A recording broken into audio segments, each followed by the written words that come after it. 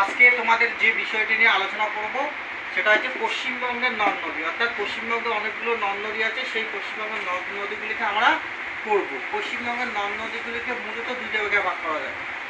একটা হচ্ছে উত্তরবঙ্গের নদ নদী, একটা হচ্ছে দক্ষিণবঙ্গের নদ নদী। অর্থাৎ উত্তরবঙ্গ বলতে আমরা যে জায়গা বসবাস করি সেটা উত্তরবঙ্গ, আর একটা হচ্ছে দক্ষিণবঙ্গ। এবার উত্তরবঙ্গের প্রধান নদী কী? উত্তরবঙ্গের প্রধান নদীর নাম কী? তিস্তা নদী হচ্ছে উত্তরবঙ্গের প্রধান নদী, যার দৈর্ঘ্য হচ্ছে 413 কিমি। এবার তারপর আর একটা প্রশ্ন আসতে পারে, কোন নদীকে ত্রাসের নদী বলে? তিস্তা নদীকে ত্রাসের নদী বলে। খুব গুরুত্বপূর্ণ একটা প্রশ্ন। তিস্তা নদী কোথায় উৎপত্তি হয়? সিকিমের জেমু হিমবাহ থেকে তিস্তা নদীর উৎপত্তি হয়। তিস্তা নদী বাংলাদেশের কোন নদীতে গিয়ে মিশেছে? যমুনা নদীতে গিয়ে মিশেছে। এবার 5 নাম্বার কোশ্চেনটা।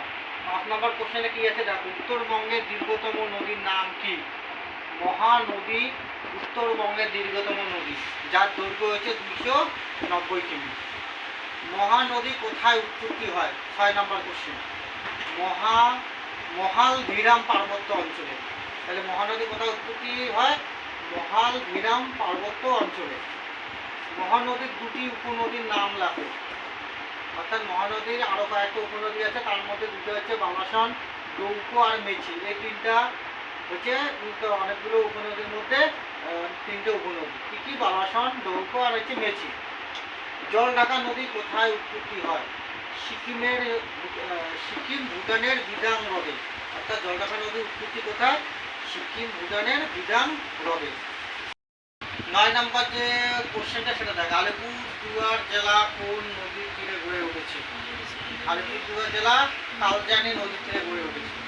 কালজানি নদী কোন কোন নদীর মিলিত প্রবাহ? আলাইপুরি এবং দীঘা নদীর মিলিত প্রবাহের নাম হয়েছে কি? কালজানি নদী। তর্ষা নদী কোথায় উৎপত্তি হয়েছে? গিরিপথের চুম্বি উপত্যকায় যে তর্ষা নদী উৎপত্তি হয়েছে। তর্ষা নদী বাংলাদেশে কোন নদীতে মিশেছে? যমুনা নদীতে মিশেছে। এই যে কোশ্চেনগুলো আলোচনা করা হলেও বাইরে ভালো করে পড়বি, এবং এই সপ্তাহের মধ্যে আমি এগুলো সবগুলো তোমাদের ধরবো। একটা একটা করে কোশ্চেন ধরবো, তোরা অ্যান্সার দিবি।